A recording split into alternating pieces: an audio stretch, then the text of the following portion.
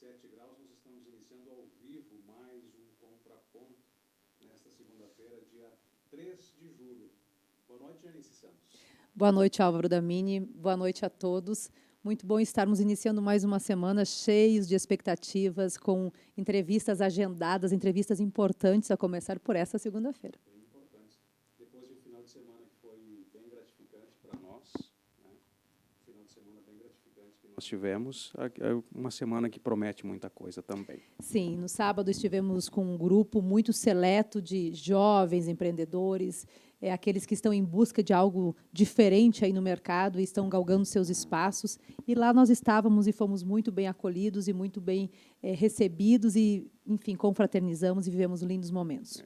E a gente conseguiu sentir um calor humano também das pessoas que já nos acompanham, que estão gostando da programação implementada pela NGTV também, mas, sobretudo, torcendo muito para que esse projeto tenha êxito, consiga alcançar seus objetivos aí no futuro. Eles nos acompanham, Álvaro, isso é muito interessante. Eles fazem comentários sobre as nossas entrevistas, isso é muito, muito gratificante mesmo. Muito obrigada. Muito bem. Vamos passar, então, já para o nosso primeiro assunto de hoje, Janice. Sim. Nós estamos recebendo aqui no nosso estúdio Paulo Carbonari. Ele faz parte da Comissão dos Direitos Humanos aqui de Passo Fundo e também do Conselho Nacional de Direitos Humanos. Paulo, ele está se habituando novamente ao nosso fuso horário aqui, porque ele passou alguns dias na Suíça, participando de um evento internacional dos direitos humanos, e vem gentilmente até aqui o Contraponto conversar conosco, falar sobre, em primeira mão, né, sobre essas questões que foram conversadas, que foram discutidas nesse ambiente internacional dos direitos humanos. Boa noite, Paulo, obrigado pela tua presença, muito bem-vindo aqui à NGTV. Obrigado, Janice, obrigado, Álvaro. Obrigada, um prazer muito grande estar aqui, cumprimentar vocês pela iniciativa. Desde o começo achei muito importante. Comunicação é fundamental, é essencial para tudo e quando a gente vê iniciativas inovadoras, melhor ainda. Muito obrigado. O mundo se comunica através, né, dos jornalistas, enfim, dos comunicadores. E você que viaja, doutor Paulo, deve ser muito interessante estar lá, escutar notícias do Brasil, chegar aqui, a notícia de lá, esse seu mundo deve ser muito, muito bacana e um desafio também. Como é que é visto hoje a questão dos direitos humanos aqui em Passo Fundo e pela sua experiência nessa comissão que já tem 40 anos aqui na cidade? Vamos fazer 40 anos ano que vem. E é uma experiência difícil, mas também muito bonita, porque quando a gente fala de direitos humanos, nós estamos falando daquilo que a humanidade construiu como sendo o que de melhor deveria representar a vida dos seres humanos, a vida da humanidade. Os direitos humanos nasceram como projeto internacional em 1948, esse ano são 75 anos, né? Logo depois daquela experiência de barbárie, no pós-Segunda Guerra Mundial, quando se organizava a Organização das Nações Unidas, uma das primeiras medidas foi exatamente a Declaração Universal dos Direitos Humanos. Então, direitos humanos nascem, tem essa expectativa de servir de proposta, de horizonte, ou como diz na própria declaração, como um ideal comum para toda a humanidade. Então, quando a gente fala de direitos humanos, é disso que nós estamos falando, né? Aqui em Passo Fundo, como essa comissão está constituída, Paulo, e a gente fica, enfim, pelo fato de nós acompanharmos já há bastante tempo essa questão, às vezes vocês têm alguns seminários, algumas reuniões, mas, além disso, qual é que é o trabalho primordial que essa comissão executa aqui na cidade? Então, a gente nasceu em Passo Fundo, em 1984, exatamente como herança das Diretas Já. Um grupo de pessoas daqui da cidade, de vários segmentos, se reuniram e organizaram isso que ficou conhecido como, então, Comissão de Direitos Humanos, que é uma organização da sociedade civil, formada por cidadãs e cidadãos que se juntam para acompanhar esse tema. Nossa principal tarefa é estar atentos às situações que vão acontecendo e receber aquilo que a gente chama de denúncias de violações. Então, esse é a principal ação que a gente faz. A gente recebe as pessoas, os grupos, e dá o encaminhamento, a orientação e o encaminhamento. A outra ação importante que a gente faz é no campo da educação em direitos humanos, ou seja, formação de professores, formação de cidadãos, cidadãs, dos grupos sociais, formamos agentes populares de direitos humanos, que são lideranças comunitárias, para que elas saibam como fazer para orientar outras pessoas na sua comunidade. Então, esse campo da formação, da educação em direitos humanos. E o terceiro campo é apoiar as várias iniciativas de construção de políticas públicas, porque a gente entende que a melhor maneira para realizar os direitos humanos, claro que precisamos atender, como eu disse na primeira questão, às violações, mas para realizar, ou seja, para que não exista a violação, é promover políticas públicas, políticas de educação, de saúde, de habitação, e de transporte, enfim. Então a gente participa de conselhos municipais, nós estamos hoje no Conselho da Mulher, no Conselho da Saúde, e participamos do Fórum Municipal de Educação, enfim, vários espaços que existem na cidade, nos quais se discute as políticas, ou as maneiras como o poder público pode garantir e efetivar os direitos humanos, né? Esse ambiente bastante diplomático que significa a ONU hoje, em nível mundial, ele lembra também uma questão muito específica, que é a fiscalização. A ONU ela é uma instituição internacional fiscalizadora. Passo Fundo tendo uma comissão nesse sentido, significa prestígio para a cidade ou alguma preocupação iminente?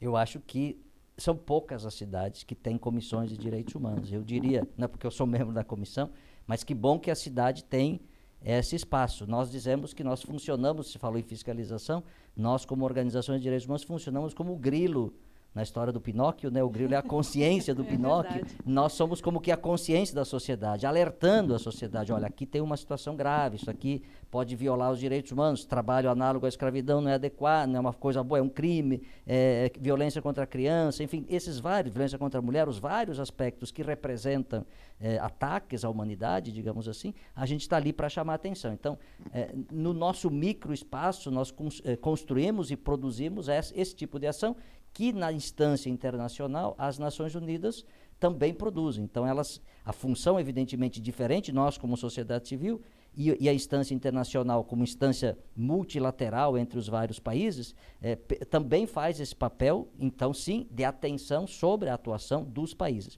Como é que a gente se relaciona nesse espaço?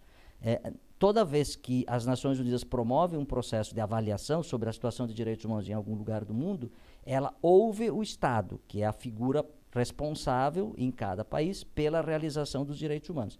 E ouve como contraponto, ou como forma de criar algum tipo de possibilidade crítica, organizações da sociedade civil. Então, a nossa presença nesses espaços vai no sentido de levar para eles, para esse espaço internacional, aspectos, como o programa de vocês também fala, né, um contraponto àquilo que o Estado diz. Às vezes o Estado, em função de preservar interesses ou situações, nem sempre diz exatamente tudo o que precisa ser dito. Então, a presença nossa lá é para mostrar, né, chamar atenção, enfim, observar questões que eventualmente o Estado não alerta, ou às vezes até quer esconder ou não quer tratar. São né? quantas comissões no Estado hoje? Aqui no Rio Grande do Sul, nós somos em torno de 20 organizações, né, que participam desses processos. Que importante, Álvaro, Passo Verdade. Fundo ter essa representatividade.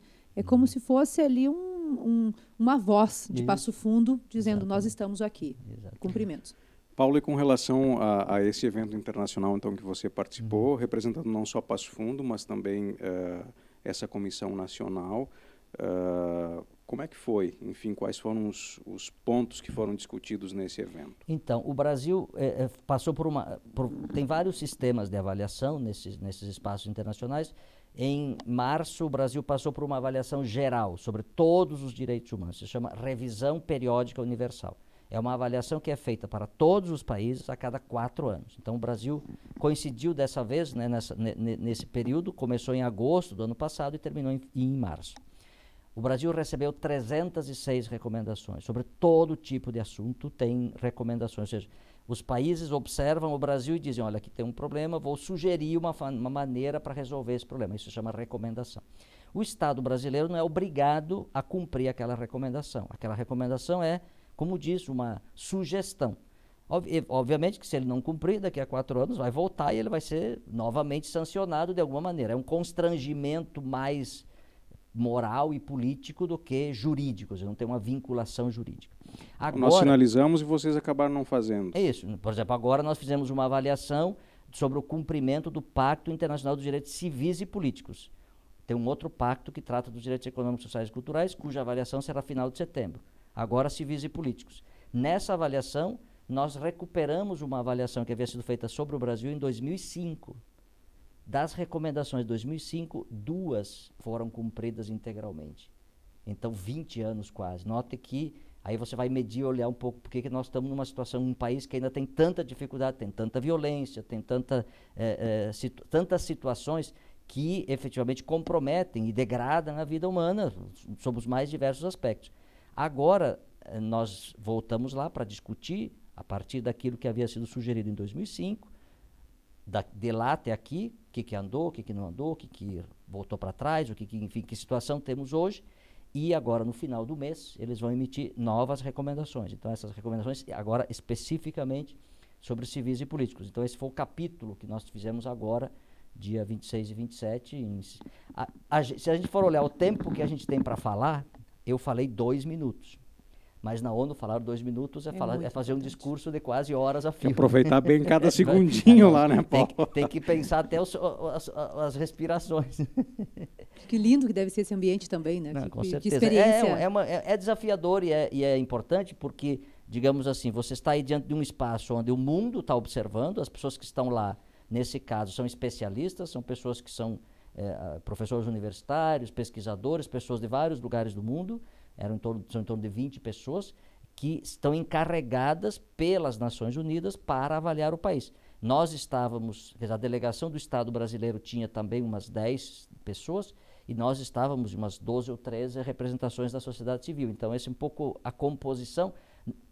É um grupo muito pequeno com uma responsabilidade gigantesca, porque você está aí efetivamente, digamos assim, num universo de milhões de brasileiros representando o seu país e esperando que aquilo que esse espaço produzir ajude o teu país a dar passos significativos para que os direitos humanos sejam realizados. Né? Aí vem aquela questão, né, Álvaro, o que a ONU faz? A ONU faz muito, mas não é um projeto específico, são várias frentes. Isso, né? E, sobretudo, acho que o importante é isso, essa compreensão de que não há uma espada sobre a cabeça, uma imposição imediata. Isso se faz, a ONU faz isso com embargos, questões mais de guerra, essas coisas, ela tem uma ação mais dura.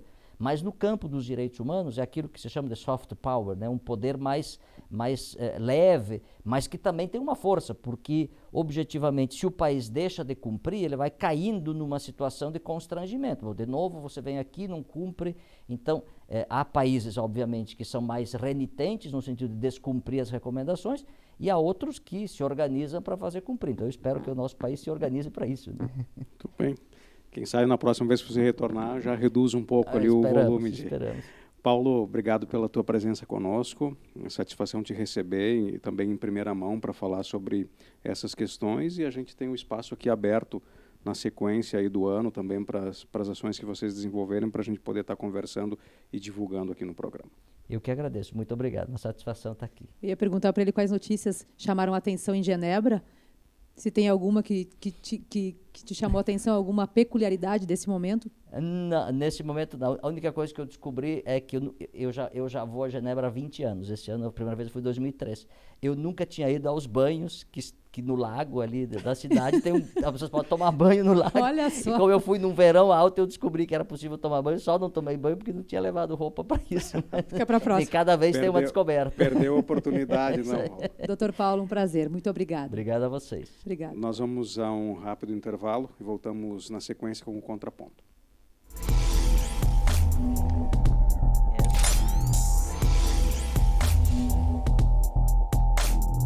O crescimento das tecnologias.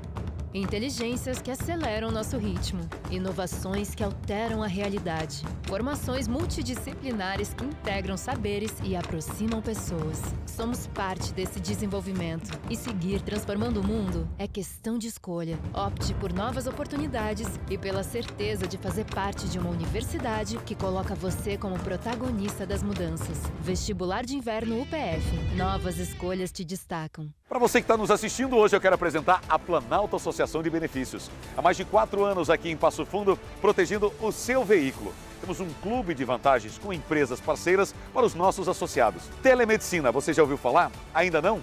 É uma novidade que a Planalto Benefícios vai te apresentar. Vem comigo. A telemedicina é uma realidade em todo o Brasil. Consultas online e ilimitada, com especialistas, médicos e clínicos gerais. No computador, no seu telefone, na palma da sua mão. Mais informações, consulte nas redes sociais.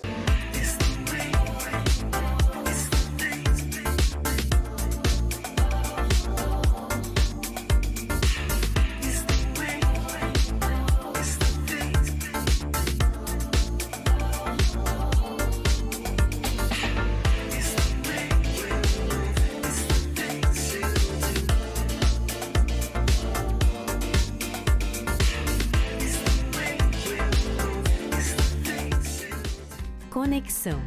É ligar, inspirar, criar. É a possibilidade de sonhar grande e alcançar o que parecia ser impossível. É aproximar e divertir com conforto e segurança.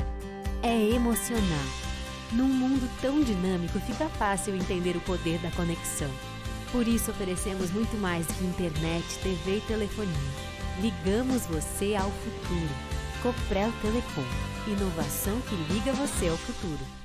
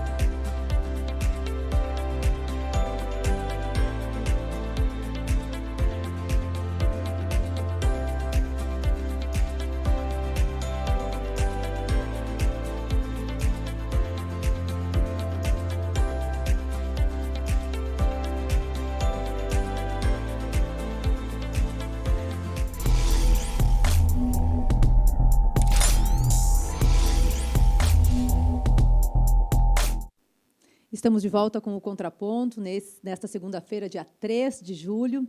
Álvaro Damini, que entrevista interessante, quantas pessoas interessantes passando por aqui. Sempre, né, Janice? Temos Nossa. a grata satisfação de sempre oportunizar para quem está nos assistindo e nós nos deleitamos também com as conversas que nós temos aqui, aprendemos muita coisa. Nós somos privilegiados, na Verdade, verdade. Aprendemos com certeza. muito. Que interessante, uma entrevista com alguém que representa a ONU.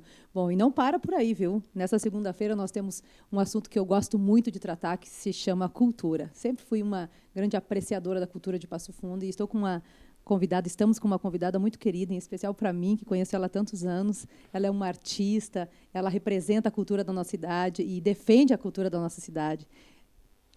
Está conosco hoje Lindiara Paz, agente cultural e ecodesigner, que vai nos contar sobre as novidades da cultura em Passo Fundo, mais especificamente para o teatro, que está voltando e com força total, Álvaro Damini. Boa noite, Lindiara. Boa noite, é uma honra estar aqui com vocês e poder falar sobre cultura, poder falar sobre aquilo que a gente faz todo dia, então não tem preço, né? É um valor inestimável poder estar aqui com vocês, gente. O que a gente pode falar, então, a respeito dessa cultura. Vamos começar sobre a tua atividade lá junto ao teatro, o que tem representado para ti isso?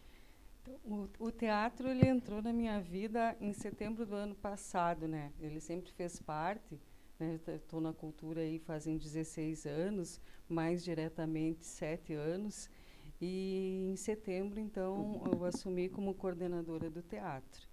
A partir de então, a gente começou uma movimentação bem grande para trazer de novo o público para o teatro.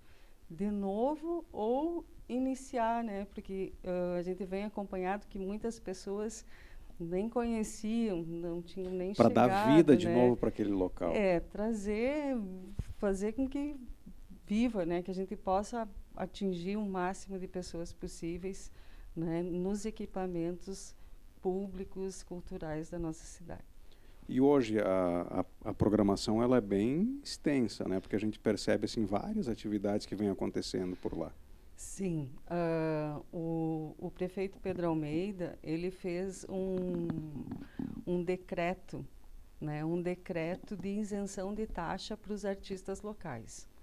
Então, todo artista local que queira fazer sua atividade, sua apresentação no teatro, até dezembro deste ano, eles não pagam taxa. Então, isso também foi um incentivo, né, para que eles retornassem, porque a pandemia nos afastou demais e fez com que a nossa produção tivesse que ser modificada no sentido de ter que apresentar o nosso trabalho através da internet, do telefone. Então, agora, esse voltar significa muito, e a gente teve esse apoio também dessa isenção de taxa. É interessante, Álvaro, porque nós que viemos de programas de televisão, e sempre fomos muito próximos como amigos também, quanto o teatro trouxe de acréscimo para Passo Fundo. E essas figuras queridas estão aí, com tanto talento, e agora com esse edital, que a Lindiara pode nos explicar melhor, existe a possibilidade de assistirmos ao teatro com todo o nosso carinho pelos artistas e também de uma forma que eles se sintam incentivados e a comunidade privilegiada, porque vai ser gratuito, é isso? Isso. Então, foi lançado esse ano também um edital chamado Cultura Presente, também uma iniciativa, né, da Secretaria de Cultura, da Gestão Pedro Almeida, para fazer esse incentivo, esse retorno não só do público, né, mas também dos próprios atores da nossa cidade. E esse edital ele beneficia a dança e o teatro. Então, foi selecionado vários espetáculos e esses espetáculos já estão acontecendo desde maio deste ano. A nossa agenda de junho foi intensa, a agenda de julho vai ser enorme, né? Atividade manhã, tarde e noite, e essas atividades gratuitas para a comunidade. Para quem quer utilizar lá o espaço, por exemplo, se tem um grupo de teatro, um grupo de dança, um grupo musical que quer utilizar aquele espaço, ele é ofertado de forma gratuita, tem que se pagar algumas taxas? Como é que funciona, Lindiara? O regimento, ele tem uma tabela, ele tem uma taxa. Mas se pensou para esse momento de retorno não cobrar essa taxa. Então, se alguém que esteja nos assistindo tiver interesse de fazer sua atividade no Teatro Municipal, também na Galeria Estação da Arte, que a gente tem um outro equipamento chamado Galeria Estação da Arte, ela pode entrar em contato com a Secretaria de Cultura. Através desse contato, a gente encaminha uma ficha, né, para a gente saber exatamente o que a pessoa quer fazer, que dia, se a gente tem esse dia disponível, e organiza, então, a recepção desse artista, desse coletivo, para que a comunidade, então, tenha esse acesso. Eu volto a elogiar, Álvaro Damini, a administração municipal daqui, porque o prefeito Pedro Almeida teve a feliz estratégia de colocar pessoas certas nas suas devidas pastas. A Lindiara, ela é uma artista, assim como o nosso prefeito Pedro também é um defensor, sabe o quanto a arte movimenta e une e acalora uma cidade, um povo, uma cultura. E nós temos uma cultura muito peculiar aqui em Passo Fundo, e isso traz muito da cultura de Teixeirinha e por aí vai. E olha que interessante, Álvaro, um espaço hoje que é turístico, que é a Gari, eles conseguiram agregar, como ela chama de equipamento, um outro ponto turístico ali, onde tem mostras mensalmente, e eles estão totalmente empenhados nisso, ou seja, a gente vai a Gari para desfrutar de um chopp, de uma amizade, de uma conversa, e tem a chance de sair de lá abastecido e acalorado culturalmente. Parabéns, Lindiara. É lindo isso. E é uma conquista, né? Porque, quanto artista plástica, a gente não tinha um espaço para expor as obras. Claro que a cidade é enorme, a gente tem vários espaços, mas um espaço dedicado à arte e um espaço que realmente valorizasse a arte, né? Então, foi uma caminhada até chegar ali. Foi batalhado esse espaço. Foi batalhado esse espaço, né? A gente tem vários atores que nos ajudaram nessa conquista. Ele fica aberto todo final de semana, todo mês tem uma exposição nova. E cada visitante que chega, assim, para nós é mais uma conquista. E um por um a gente vai. E como você bem falou, Janice, é um espaço onde as pessoas vão para se divertir, para usufruir de uma comida, de uma bebida, poder confraternizar com amigos e tem a oportunidade de visualizar as obras dos artistas locais aqui, que muitas vezes, onde essas obras eram colocadas, às vezes num museu, ou às vezes num hall de entrada de algum edifício, mas para as pessoas se deslocarem, talvez não tinham o hábito de se deslocarem especificamente para aquilo, né? Uhum. E com essa situação você favorece com que um número muito maior de pessoas tenham acesso a essas obras. E toda a nossa luta, nossa trajetória foi para que ficasse mais popular, porque de repente quando está no museu, ou quando está sabe, num espaço assim, às vezes as pessoas elas têm até medo de chegar, têm até medo de entrar. E ali o acesso é muito fácil, a porta fica aberta, a pessoa pode cruzar por dentro se ela quiser. Então a gente pega ela ali naquela cruzada, olha, olha, né, aqui a gente tem obras, tem artistas locais, valoriza, deixa a tua assinatura, registra que tu passou aqui, tudo isso conta. Eu visitei, Álvaro, recentemente a exposição que eles fizeram das jornadas literárias e saí de lá emocionada, porque a gente volta no tempo. A fotografia, para mim, é uma coisa fantástica. E tinha a foto do ano que eu vim para Passo Fundo, daquela festival de 96. E aí tu fica pensando, quando chega na cidade, né, como é que era a visão que a gente tinha do festival naquela época, tinha aquela lona do circo, e aquilo era um movimento bonito, né, que depois contrataram aquele circo dos irmãos Powers, e chegava... Então, essas coisas todas só se faz numa cidade peculiar como é Passo Fundo, não se encontra isso facilmente. Passo Fundo é plural, né? Então, qual é a cultura de Passo Fundo? Nossa, nós somos... Muitos, são várias as culturas, né? A gente tem um pouco de tudo aqui. E quando tu diz volta no tempo, lá tu volta no tempo completamente, né? Porque a nossa cidade nasceu ali, né? Através da ferrovia. Na galeria a gente também tem um painel onde conta a história, né? Da ferrovia desde o começo até chegar na galeria. E as pessoas chegam ali com saudade. Ah, meu tio trabalhou na ferrovia, meu pai, alguém passou, alguém andou de trem, alguém, sabe? Então, e a gente escuta toda essa história para trazer essa lembrança e esse pertencimento, né? Esse sentimento de pertencimento. Eu pertenço a essa cidade. Há um período específico de permanência dessas exposições? Em média, 2 semanas, um mês? Em média, 30 dias. 30 dias. Uhum, em média, 30 dias. Bom, então fica o convite, né, Álvaro Damini, da parte da Lindiara Paz, que também é uma artista, não tem tido, acho, muito tempo para se dedicar à tua arte, mas se dedica à arte de muitos. A arte de muitos. Então, claro, fica o convite, né, para que as pessoas, né, consigam fazer esse passeio aí no final de semana, ir até a estação gastronômica, aproveitar aí na galeria e também ir ao teatro, né? A gente, a partir de terça-feira, todas as terças-feiras, a gente está, então, distribuindo convite para os próximos espetáculos, esses espetáculos gratuitos, então as pessoas podem ir até lá, retirar o seu convite. Pessoalmente ou pelo site? Pessoalmente, convitinho na mão. Que lindo! Como nos bons e velhos tempos, viu, Janice? Será que tem algum requisito, todos quem está visitando a cidade? Todos são convidados. Não tem requisito, não. E agora o nosso próximo espetáculo já é amanhã, Megera Domada, da Escola de Atores. Né? Depois a gente vai ter espetáculo de dança, já teve vários espetáculos. E isso segue aí durante o ano. Que bom. Parabéns por essa retomada, pelo trabalho, que siga assim sempre com a agenda cheia. Amém. Falando nisso, nós estivemos, né, no teatro sábado, tudo muito lindo, aquela cortina maravilhosa, então é sempre aquela sensação de teatro bem cuidado. Parabéns. Fico feliz, porque também é uma preocupação, né, que ele esteja limpo, que ele esteja vivo, que ele esteja brilhando. Obrigada, Lindiara. Foi um prazer. Obrigado. Boa noite e retorne outras vezes para conversar conosco aqui no Contraponto. Obrigada. Obrigada, gente. Obrigada. Assim nós chegamos ao final do Contraponto desta segunda-feira. Nós retornamos amanhã ao vivo, 19h30. Na sequência tem o NG Esportes e eu volto mais tarde com o programa Biografia, hoje recebendo o ex-tenista Marcos Daniel. Mais uma brilhante entrevista, hein, Álvaro Damini? As tuas entrevistas são incríveis. Gente que fez, continua fazendo história. Parabéns, está muito lindo o seu programa. Tá certo, obrigado.